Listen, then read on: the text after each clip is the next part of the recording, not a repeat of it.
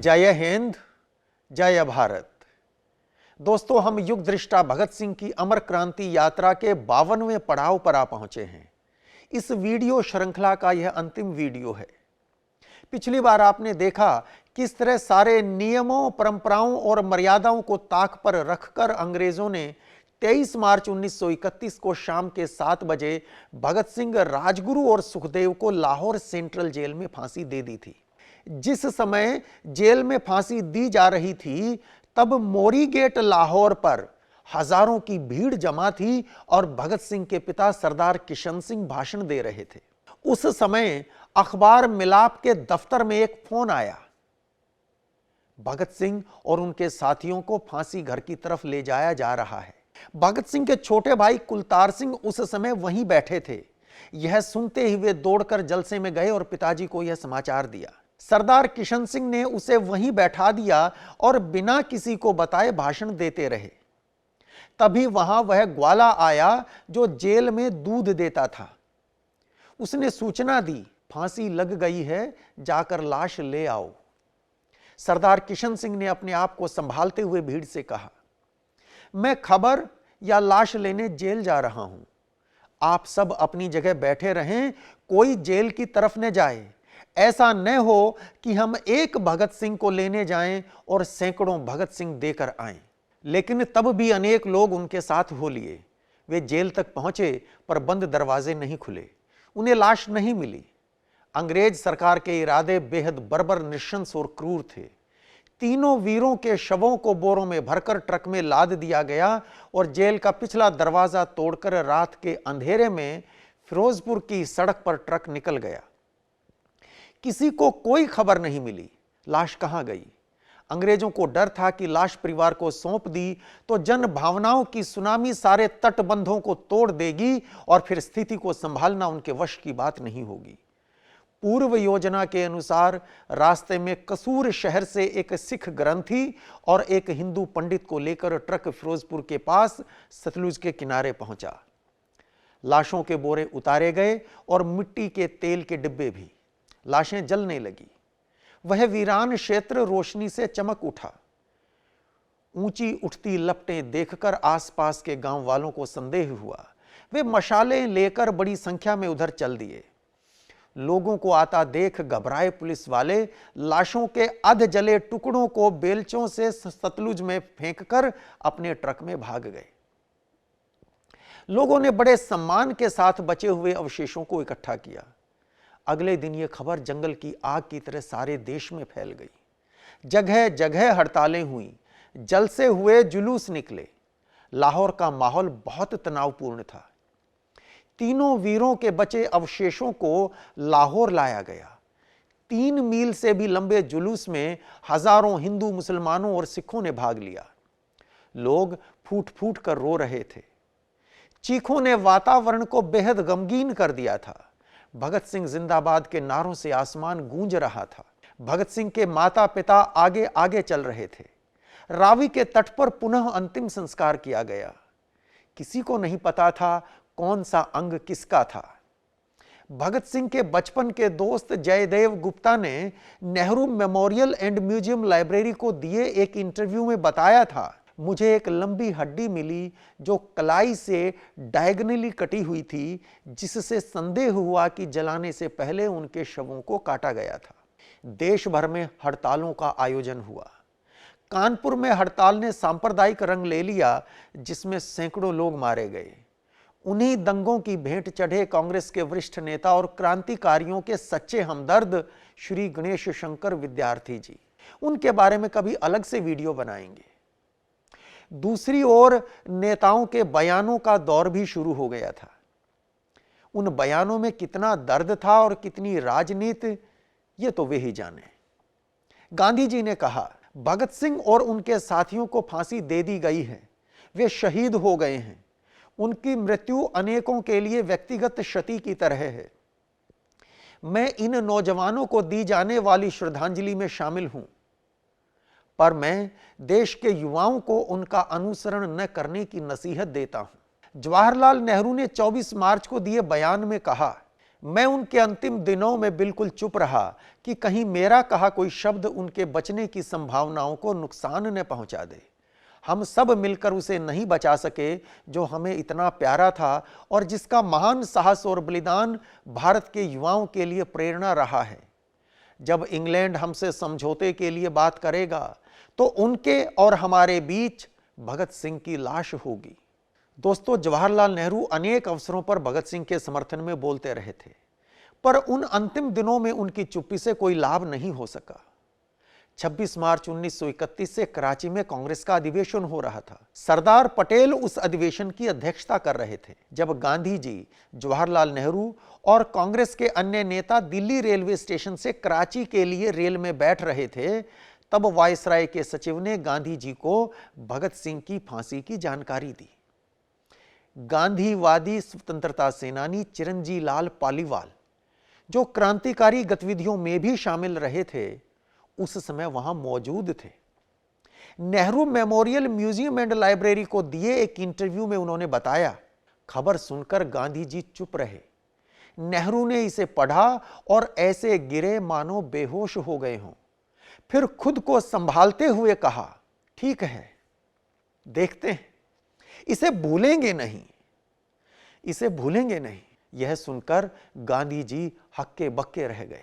एक अन्य गांधीवादी स्वतंत्रता सेनानी, क्रांतिकारी और पत्रकार चमन लाल, जो आगे चलकर भिक्षु चमन लाल के नाम से जाने गए, वे भी उसी रेल में थे।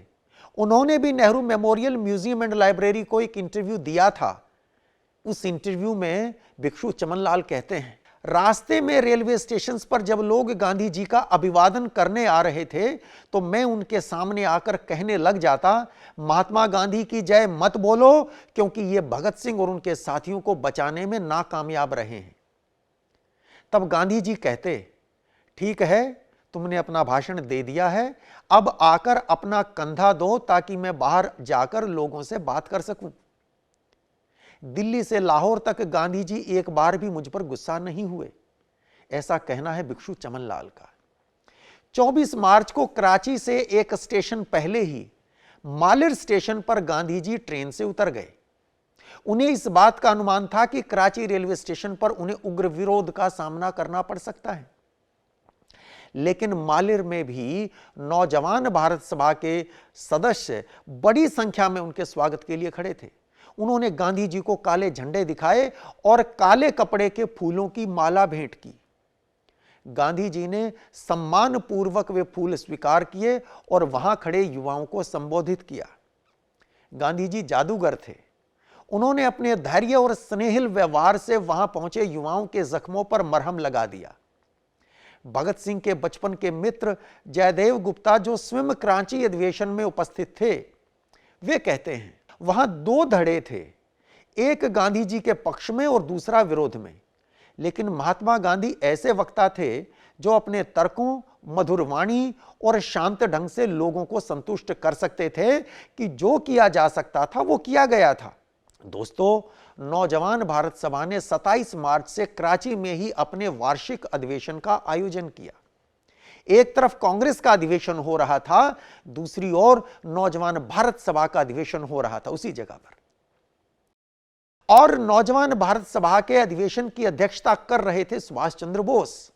कुलदीप नैयर अपनी पुस्तक शहीद भगत सिंह क्रांति में एक प्रयोग में लिखते हैं, बोस ने गांधी जी से कहा था, अगर जरूरी हो तो भगत सिंह और उनके दो साथियों के सवाल पर वे इरविन के साथ समझौते को तोड़ सकते हैं।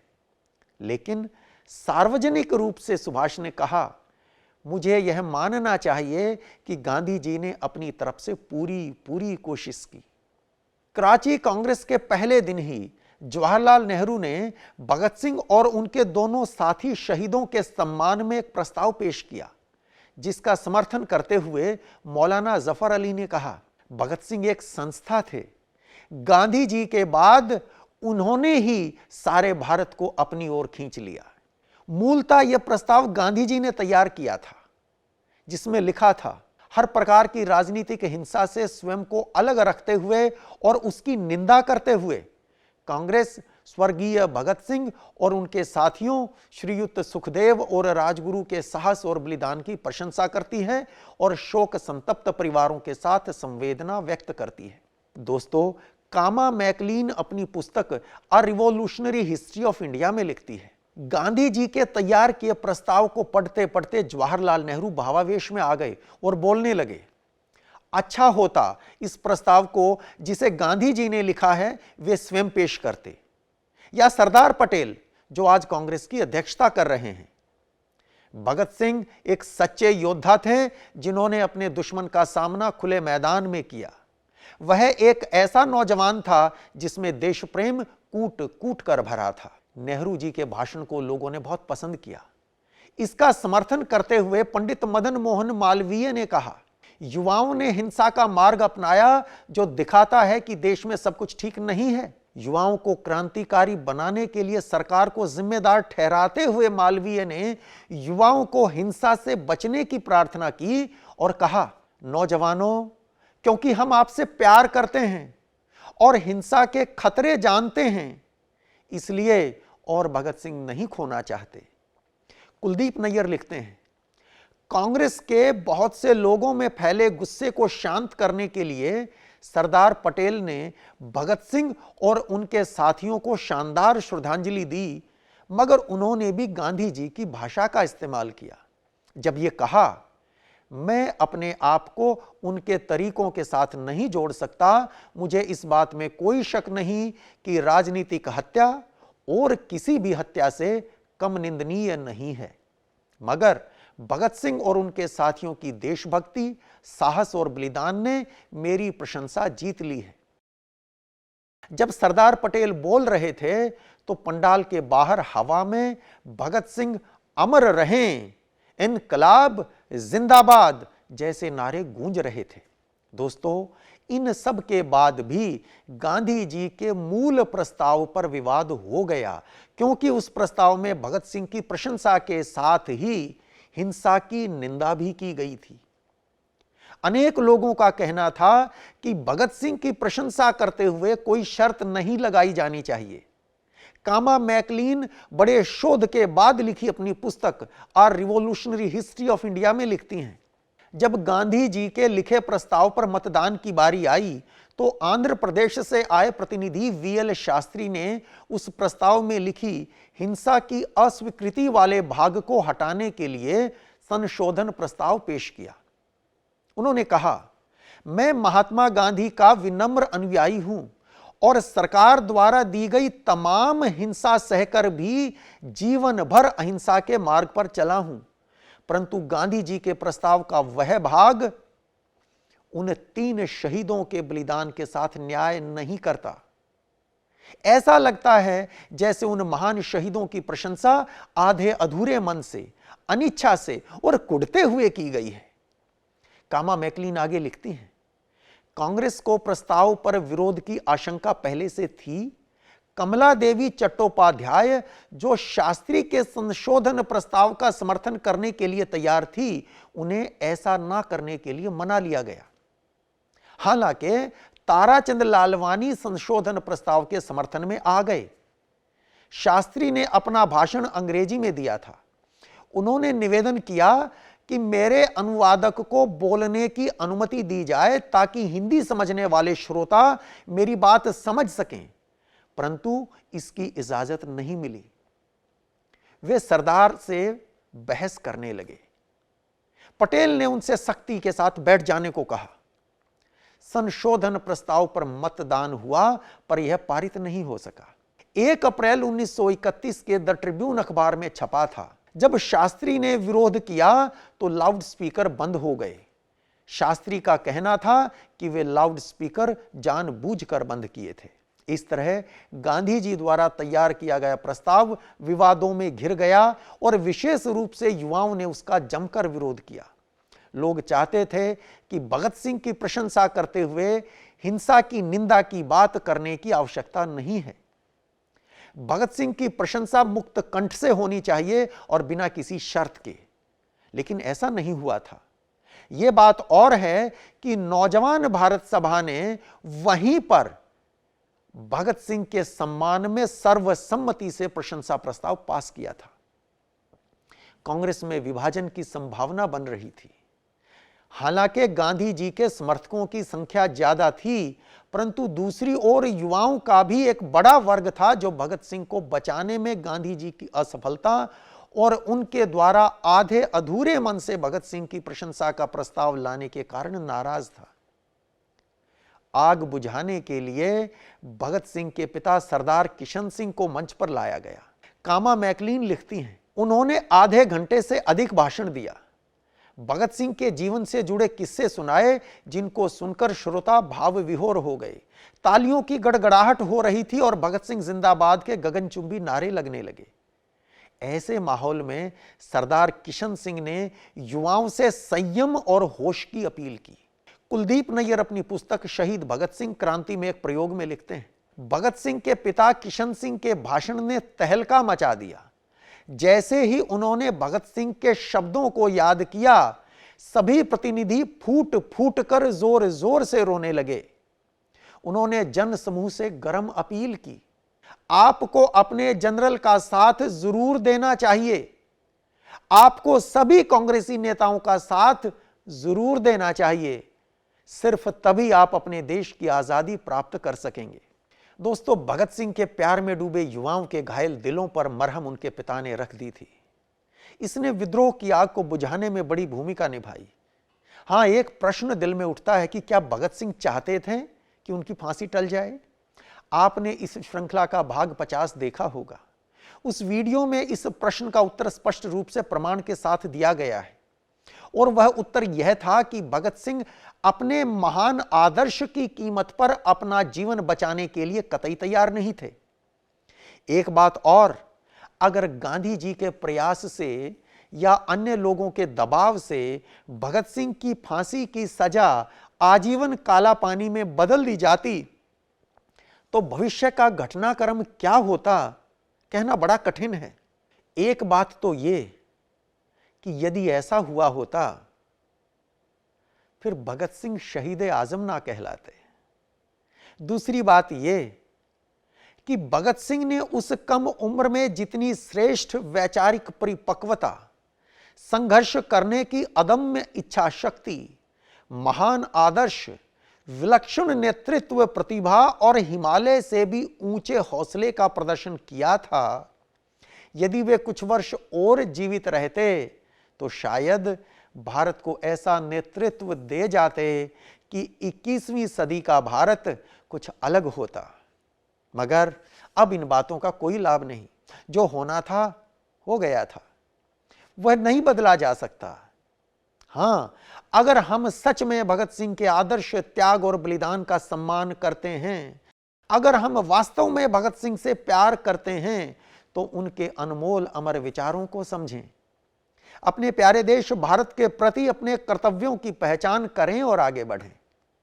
यही सच्ची श्रद्धांजलि होगी युग दृष्टा क्रांति दूत शहीद आजम सरदार भगत सिंह को। यह अमर क्रांति यात्रा आज संपूर्ण होती है। सभी 52 भागों को आपका स्नेह और समर्थन मिला, इसके लिए कोटि कोटि आभार। जय हिंद, जय भारत।